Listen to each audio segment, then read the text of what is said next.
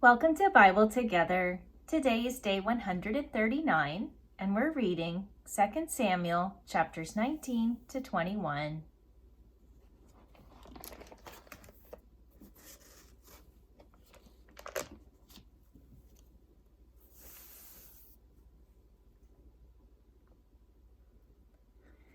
And it was told Joab, Behold, the king weepeth and mourneth for Absalom.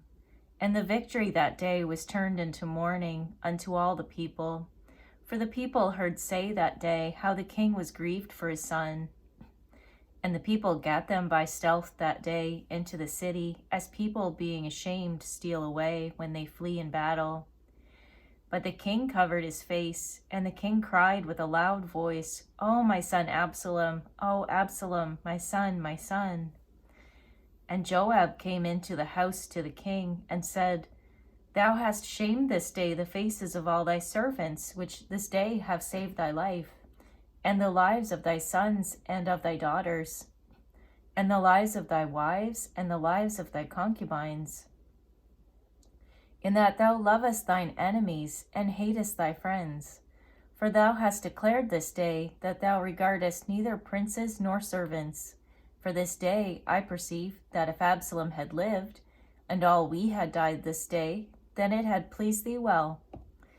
Now therefore arise, go forth, and speak comfortably unto thy servants.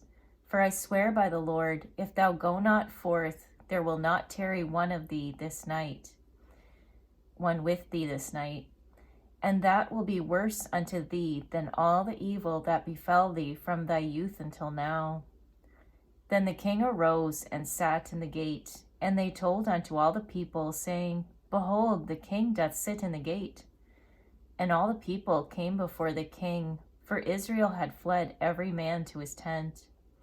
And all the people were at strife throughout all the tribes of Israel, saying, The king saved us out of the hand of our enemies, and he delivered us out of the hand of the Philistines, and now he is fled out of the land for Absalom. And Absalom, who we anointed over us, is dead in battle. Now therefore, why speak ye not a word of bringing the king back? And King David sent to Zadok and to Abiathar the priests, saying, Speak unto the elders of Judah, saying, Why are ye the last to bring the king back to his house, seeing the speech of all Israel is come to the king, even to his house? Ye are my brethren, ye are my bones and my flesh. Wherefore then are ye the last to bring back the king? And say ye to Amasa, Art thou not of my bone and of my flesh? God do so to me, and more also, if thou be not captain of the host before me continually in the room of Joab. And he bowed the heart of all the men of Judah, even as the heart of one man, so that they sent this word unto the king, Return thou and all thy servants. So the king returned and came to Jordan, and Judah came to Gilgal to go to meet the king, to conduct the king over Jordan. And Shimei, the son of Gera, a Benjamite, which was of Bahurim, hasted and came down with the men of Judah to meet King David. And there were 1,000 men of Benjamin with him, and Ziba, the servant of the house of Saul, and his 15 sons and his 20 servants with him. And they went over Jordan before the king. And there went over a ferry boat to carry over the king's household, and to do what he thought good. And Shimei, the son of Gera, fell down before the king, as he was come over Jordan, and said unto the king, Let not my lord impute iniquity unto me, neither do thou remember that which thy servant did perversely the day that my lord the king went out of Jerusalem, that the king should take it to his heart. For thy servant doth know that I have sinned. Therefore, behold, I am come the first this day of all the house of Joseph to go down to meet my lord the king. But Abishai the son of Zeruiah answered and said, Shall not Shimei be put to death for this, because he cursed the Lord's anointed? And David said, What have I to do with you, ye sons of Zeruiah, that ye should this day be adversaries unto me? Shall there any man be put to death this day in Israel? For do not I know that I am this day king over Israel? Therefore the king said unto Shimei, Thou shalt not die. And the king sware unto him. And Mephibosheth, the son of Saul, came down to meet the king, and had neither dressed his feet, nor trimmed his beard, nor washed his clothes, from the day the king departed until the day he came again in peace. And it came to pass, when he was come to Jerusalem to meet the king, that the king said unto him, Wherefore wentest not thou with me, Mephibosheth? And he answered, My lord, O king, my servant deceived me. For thy servant said, I will saddle me an ass, that I may ride thereon, and go to the king, because thy servant is lame. And he hath slandered thy servant unto my lord the king. But my lord the king is an angel of God. Do therefore what is good in thine eyes. For all of my father's house were but dead men before my lord the king. Yet didst thou set thy servant among them that did eat at thine own table. What right therefore have I yet to cry any more unto the king? And the king said unto him, Why speakest thou any more of thy matters? I have said, Thou and Ziba divide the land. And Mephibosheth said unto the king, Yea, let him take all, for as much as my lord the king is come again in peace unto his own house. And Barzillai the Gileadite came down from Rogelim, and went over Jordan with the king, to conduct him over Jordan. Now Barzillai was a very aged man, even 80 years old, and he had provided the king of sustenance while he lay at Mahanaim, for he was a very great man. And the king said unto Barzillai, Come thou over with me, and I will feed thee with me in Jerusalem.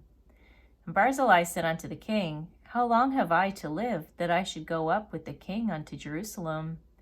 I am this day 80 years old, and can I discern between good and evil? Can thy servant taste what I eat, or what I drink? Can I hear any more the voice of singing men and singing women? Wherefore then should thy servant be yet a burden unto my lord the king? Thy servant will go a little way over Jordan with the king, and why should the king recompense it me with such a reward? Let thy servant, I pray thee, turn back again, that I may die in mine own city, and be buried by the grave of my father and of my mother. But behold, thy servant Chimham, let him go over with my lord the king, and do to him what shall seem good unto thee. And the king answered, Chimham shall go over with me, and I will do to him that which shall seem good unto thee, and whatsoever thou shalt require of me, that will I do for thee. And all the people went over Jordan, and when the king was come over, the king kissed Barzillai, and blessed him, and he returned unto his own place. Then the king went on to Gilgal, and Chimham went on with him. And all the people of Judah conducted the king, and also half the people of Israel. And behold, all the men of Israel came to the king, and said unto the king, Why have our brethren, the men of Judah, stolen thee away, and have brought the king and his household, and all David's men with him over Jordan? And all the men of Judah answered the men of Israel, Because the king is near of kin to us. Wherefore then be ye angry for this matter? Have we eaten at all of the king's cost? Or hath he given us any gift? And the men of Israel answered the men of Judah, and said, We have 10 parts in the king, and we have also more right in David than ye. Why then did ye despise us, that our advice should not be first had in bringing back our king? And the words of the men of Judah were fiercer than the words of the men of Israel. And there happened to be there a man of Belial, whose name was Sheba, the son of Bichri, a Benjamite. And he blew a trumpet, and said, We have no part in David, neither have we inheritance in the son of Jesse. Every man to his tents, O Israel. So every man of Israel went up from after David, and followed Sheba, the son of Bichri. But the men of Judah clave unto their king, from Jordan even to Jerusalem.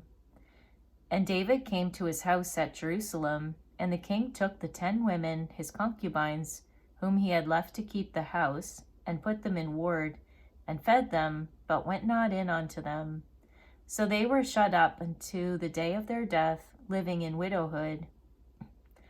Then said the king to Amasa, Assemble me the men of Judah within 3 days, and be thou here present. So Amasa went to assemble the men of Judah, but he tarried longer than the set time which he had appointed him. And David said to Abishai, Now shall Sheba the son of Bichri do us more harm than did Absalom.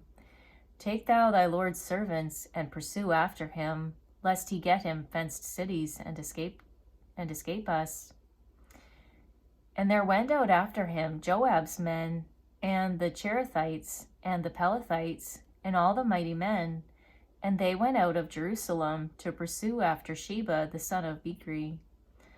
When they were at the great stone, which is in Gibeon, Amasa went before them, and Joab's garment that he had put on was girded onto him, and upon it a girdle with a sword fastened upon his loins in the sheath thereof.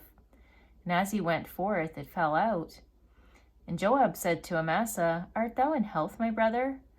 And Joab took Amasa by the beard with the right hand to kiss him.